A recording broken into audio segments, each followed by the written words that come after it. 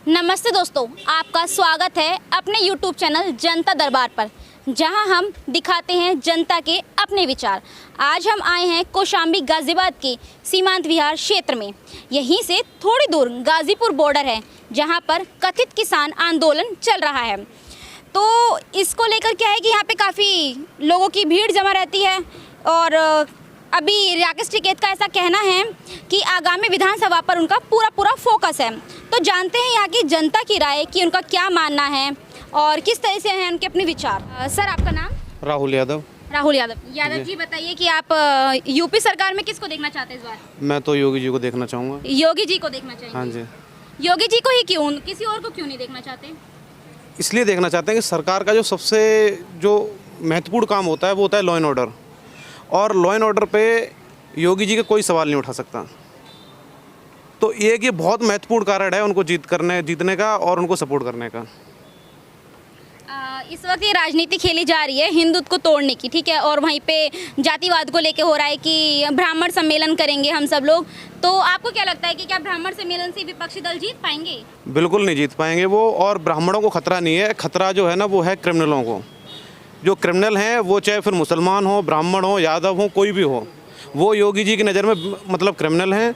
और योगी जी की नज़र में कोई ये नहीं कह सकता मेरे साथ भेदभाव हुआ है, चाहे वो किसी भी धर्म का हो, किसी भी जाति का हो। मुझे नहीं लगता कि ये प्लान जो है विपक्ष का सक्सेस होगा कभी। सपा बोल रही है कि हम 350 सीट पे इस बार जीतेंगे, तो क्या लगता है कि सपा जीतेगी? सपा पहले अपना घर तो संभाल ले, उनकी चचाई नाराज चल रहे उनसे।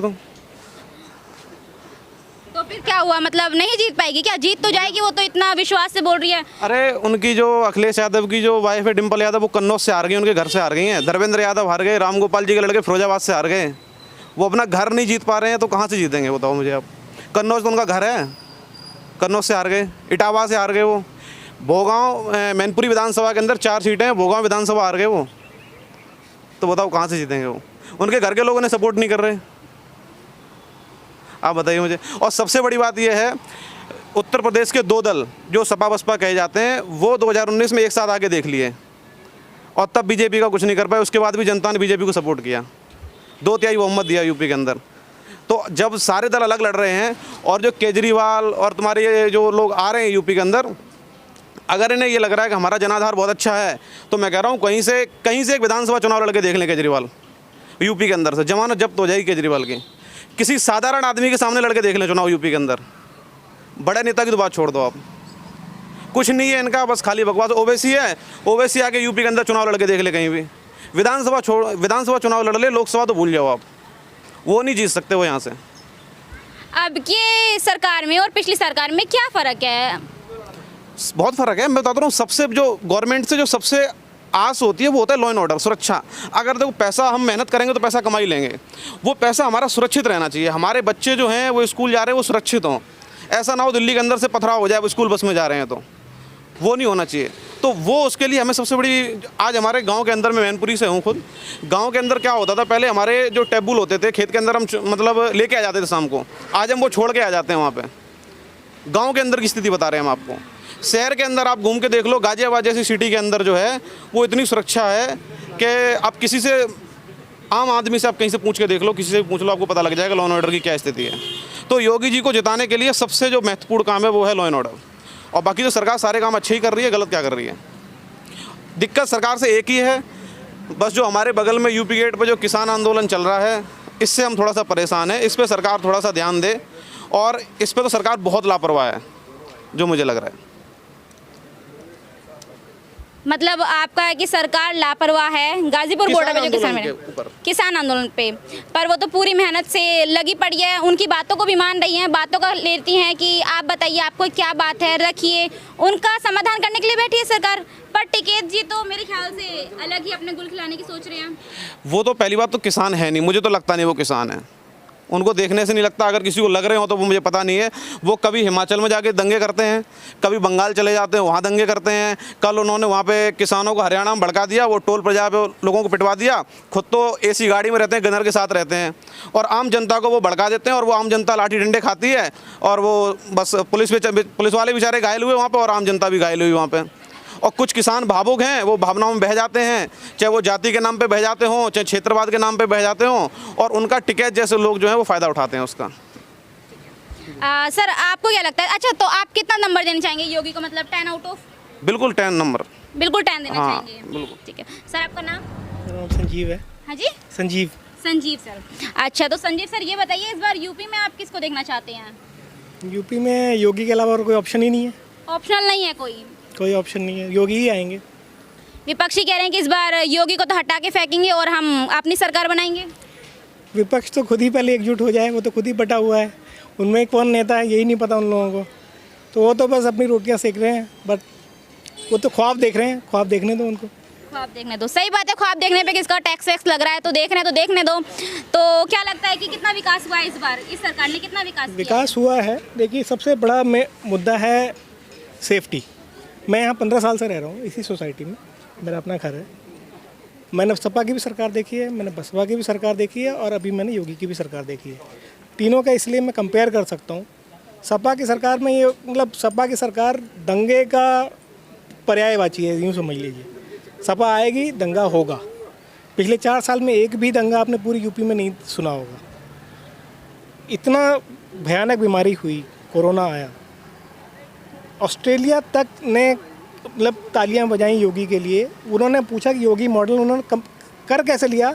25 करोड़ जनसंख्या है यूपी की, उन्होंने इतना अच्छे तरह कंट्रोल कर लिया।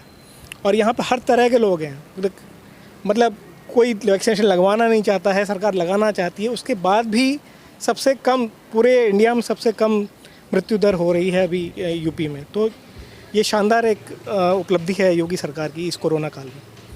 यूपी नंबर 1 पे है वैक्सीन को? बिल्कुल नंबर 1 पे है और नंबर 1 ही रहेगा। और सिर्फ वैक्सीन में नहीं, अभी जीडीपी भी बहुत अच्छी हो रही है। आप ये देखिए यमुना एक्सप्रेसवे पे कई फैक्ट्रीज़ आ रही हैं, इन्वेस्टमेंट्स आ रहे हैं, और पूरे इंडिया में अभी पिछले जो अभी कॉन्क्लेव वगैरह हुआ था जीडीपी का, उसमें काफ़ी नई कंपनियां आ रही हैं, योगी जी लेके आ रहे हैं, और यूपी बहुत अच्छी तरह विकास करेगा और देश का नंबर 1 स्टेट रहेगा। सर आपका नाम? रवि। सर पूरा नाम? रवि पांडे। रवि पांडे। पांडे जी ये बताइए जरा, विपक्ष से बोल रहे हैं कि पांडे और तिवारी ये सब लोग सुरक्षित नहीं है इस सरकार में, तो क्या हुआ? देखिए सुरक्षित नहीं है आप? अब इस पर थोड़ा सा पहले हंस लूँ क्योंकि जोक है मेरे लिए। और सबसे बड़ी बात ना कि ये तिवारी, पांडे, यादव, सिंह, ये बोल कर ना इन्होंने ना आज से नहीं, ये तोड़ने, हिंदुओं को बांटने का जो इनका जो प्लान है ना, ये कई 100 सालों से चल रहा है। अंग्रेज़ों ने बांटा, मुग़लों ने बांटा, हिंदुओं को आपस में लड़वा दिया, अब ये कर रहे हैं। इनको लगता है ना कि तोड़ के ना हम राज कर लेंगे और अपना जो उल्लू सीधा कर लेंगे।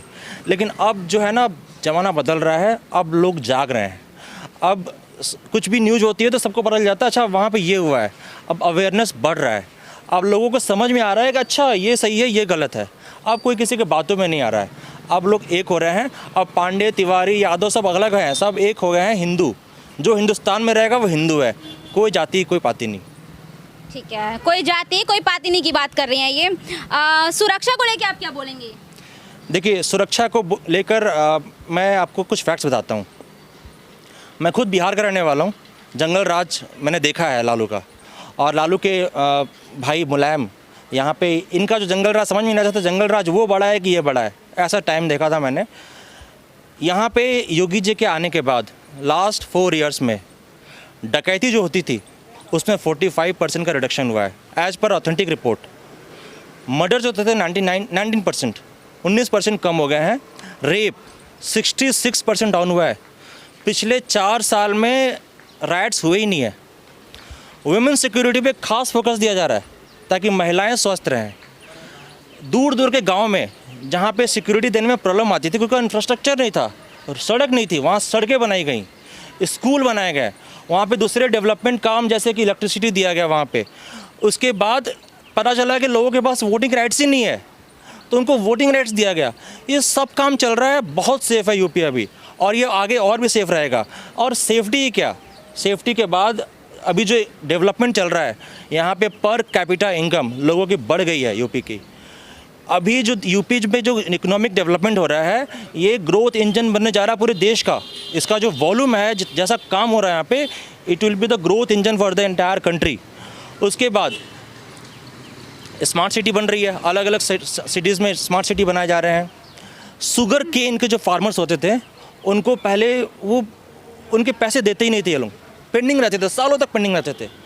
अभी आंकड़ों के हिसाब से 1.27 लाख करोड़ रुपए शुगर केन्स के फार्मर्स को दिया गया है ताकि उनको की प्रॉब्लम नहीं है, उनके पैसे मिल जाए, जो जितना मेहनत कर रहा है, जो जितना पैसे बनता है जिसका, उसको मिल जाए।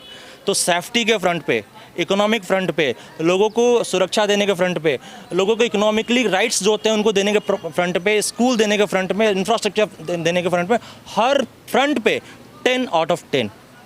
वैसे एक स्कोप रहता है इम्प्रूवमेंट का, फिर भी न्याय देने का मन नहीं करता। इतना अच्छा काम वो जंगल राज देखा है ना हमने, जंगल राज के बाद ये जो काम देखा है ना, ये इतना अच्छा काम है कि 10 से नीचे बात ही नहीं कर सकते। क्रिमिनल्स के दिमाग में है कि भाई यूपी से दूर रहो, तो अभी यूपी दंगाई मुक्त, अपराधी मुक्त और करप्शन मुक्त है। ये राकेश टिकैत के बारे में बोलना चाह रहा हूँ। जैसे राकेश टिकैत ने अभी जाके वहाँ पे हिमाचल में जाके एक जो व्यापारी थे उनको बोला, अभी किसी की आप दुकान के आगे जाके वहाँ पे नारे लगाने लगोगे तो जाहिर सी बात है वो मना करेगा। हमारी सोसाइटी है, सोसाइटी के आगे अभी कोई आ गए, कोई कितना ही बड़ा नेता आ जाए, अगर यहाँ पे जाके नारे लगाएगा, सोसाइटी में जाना आप जाओ, काम जहाँ जाना है आपको वहाँ जाओ, लेकिन आप वहाँ पे नारे लगाओगे। उन्होंने खाली ये बोला कि आप यहाँ से साइड हो जाओ, और वहाँ पे टिकैत जाके ये बोल रहा है कि तेरे बाप का रोड है ये। तो ये टिकैत के बाप का है क्या ये? जहाँ मर्जी पहुँच जाता है, जहाँ मर्जी बैठ जाता है जाके, यहाँ यूपी गेट पे बैठा हुआ है, हैं? अब ये बताओ यहाँ की पब्लिक को जितना नुकसान हो रहा है, जितनी परेशानी हो रही है, यहाँ 4-4 घंटे जाम में फंस रहे हैं, ये इसके बाप का रोड है? या जहाँ मर्जी ट्रैक्टर लेके पहुँच जाता है वो सारे इसके बाप के रोड हैं, जहाँ मर्जी निकल जाता है? किसान है, किसान तो हम भी हैं, हर आदमी किसान है, कौन किसान नहीं है? ठीक है, किसान का मतलब ये थोड़ी है कि तुम जहाँ मर्जी पहुँच जाओ और फिर तुम गालियाँ दो। जिस स्टेट में तुम जा रहे हो उस स्टेट के आदमी को आप गालियाँ दे रहे हो वहाँ पे जाके, और तुम किसके बुलाने पे जा रहे हो? तुम कौन हो कौन तुम? पहली बात तुम जिस किसान यूनियन को लेके चलते हो उसके तो तुम कुछ हो भी नहीं। तुम्हारा भाई है राष्ट्रीय अध्यक्ष, अब वो घर से बाहर नहीं निकलता वहाँ से, और तुम हर जगह घूमते फिर रहे हो और लोगों को गालियाँ देते घूम रहे हो। ये किसान तो नहीं हो सकते, किसान नहीं हो सकते, बिल्कुल नहीं हो सकते किसान। किसान तो ऐसे नहीं होते जो लोगों को गालियाँ दे जाके और लोगों को बाप को और उसको और तरह बोले जाके। किसी के बाप का नाम लेने का क्या मतलब है?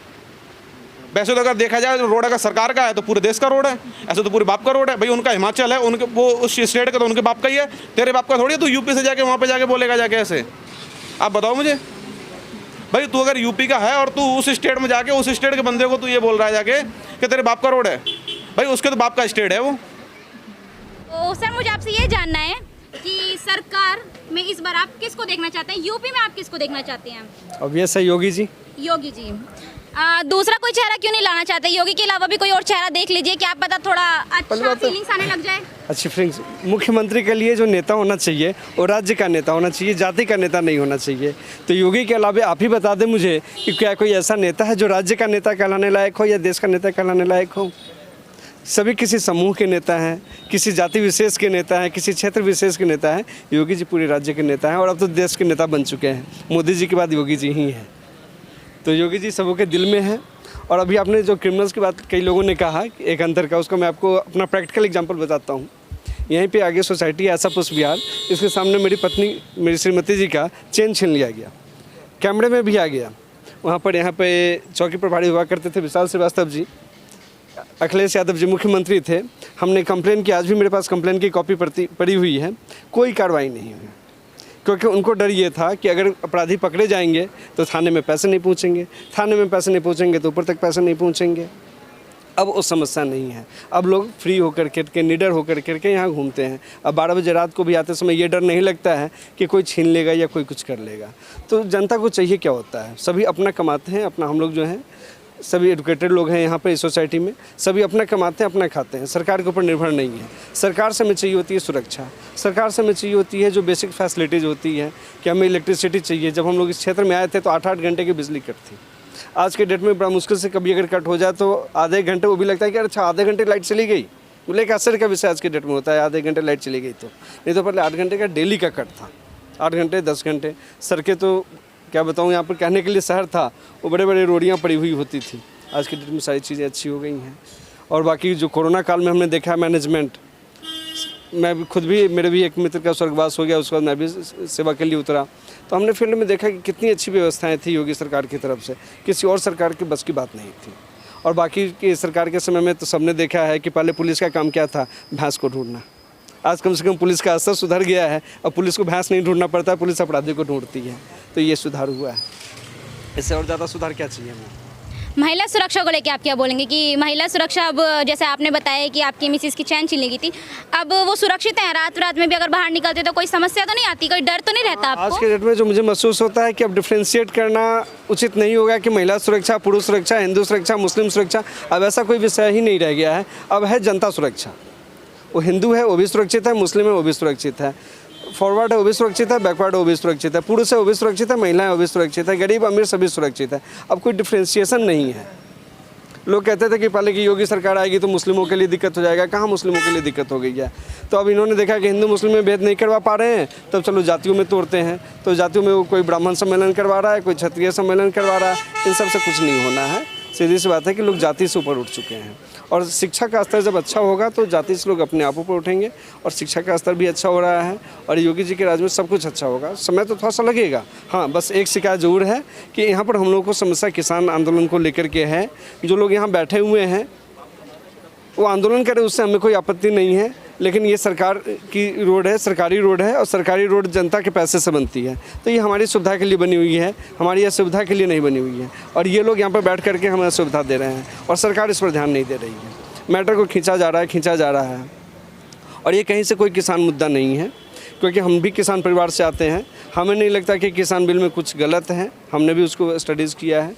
उसके बाद जहाँ से ये आते हैं उस क्षेत्र में भी हमने भ्रमण किया, चूँकि मैं पेशे से शिक्षक हूँ, तो हमें लगा कि जब आने जाने में परेशानियां होती हैं तो थोड़ा सा इसके ऊपर रिसर्च भी करें। तो हम अपने 4 मित्रों के साथ सहारनपुर वगैरह के बेल्ट में जाकर के घूमे, वहाँ के लोकल किसानों से हमने बातचीत की।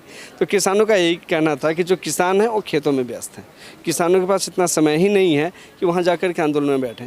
न किसान के पास, जो किसान होता है अपना कमाता है, खाता है, अपना सुखी जीवन व्यतीत करता है, उनके पास इतना बैलेंस नहीं होता कि वो 6 महीने 8 महीने कहीं बैठ करके आंदोलन कर सके। तो नेचुरल है कि ये परजीवी हैं, कहीं ना कहीं से इनको फंडिंग हो रही है। अब कुछ भी हो रहा है उससे हमें मतलब नहीं है, हमें तो मतलब है कि हमारी सड़कें खाली कर दें, हमें आने जाने में जो असुविधा हो रही है असुविधा खत्म होनी चाहिए।